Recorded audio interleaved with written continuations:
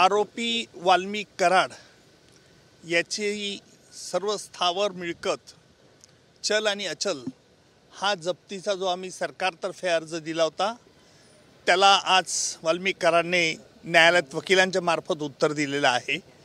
त्या अर्जाची चौकशी 17 तारखेला होईल आणि त्या अर्जावर त्याचा युक्तिवाद माझे सहकारी ॲडव्होकेट कोल्हे हे करतील। तसेच या खटल्यामध्ये मोकाकाखाली मला दोषमुक्त करावे असा जो वाल्मिक कराडचा अर्ज होता त्यावर आम्ही कोर्टाला न्यायालयाला असं प्रस्तावित केलं की आपण याला दोषमुक्त करावं किंवा त्याच्यावरती आरोप निश्चित करावे आणि त्याप्रमाणे असा आम्ही जो निर्णय घ्यायचा आहे तो एकत्रित सुनावणीत घेण्यात यावा।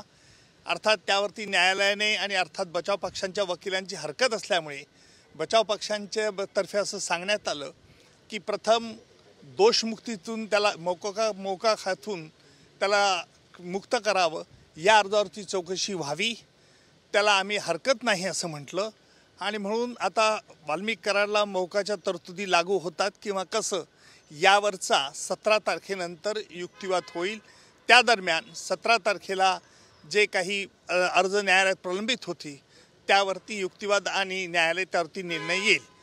17 तारखेला ही तारीख फार त्या अर्जांच्या चौकशी करत असल्याने मी त्या तारखेला उपस्थित राहणार नाही, परंतु ज्या ज्या वेळेला महत्त्वाच्या घडामोडी असतील त्यावेळेला मी निश्चित न्यायालयात हजर असणार आहे आणि तसंच माझे सहकारी ॲडव्होकेट कोल्हे हे सरकारतर्फे बाजू तिथे 17 तारखेला मांडतील। सर, पुन्हा एकदा डिजिटल एव्हिडन्स मिळाले नाहीत असं म्हटलंय त्या संदर्भात? नाही, आज त्यांची सगळी पूर्तता शकांची पूर्तता केलेली आहे।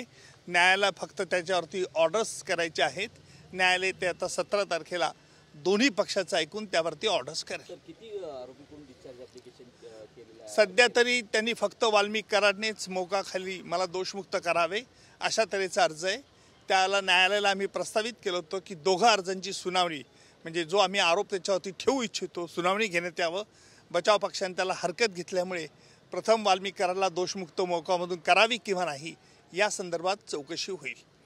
चार्ज फ्रेमसाठी देखील तुम्ही म्हणणं मांडलं होतं, मग पुढे काय झालं? न्यायालयात आम्ही वाल्मिक कराड व त्याचे इतर सर्व सहकारी यांच्या विरुद्ध कोणते आरोप न्यायालय निश्चित करावे याची जंत्री न्यायालयात आज आम्ही हजर केली होती, परंतु न्यायालयाने सांगितलं की अगोदर त्याचा दोषमुक्तीच्या अर्जाचा निकाल झाल्यानंतर त्यानंतर त्यावरती निर्णय घेऊ। दोन्ही पक्षाचं त्यावरती म्हणणं ऐकलं जाईल, मग न्यायालय त्याच्यावरती निर्णय घेईल।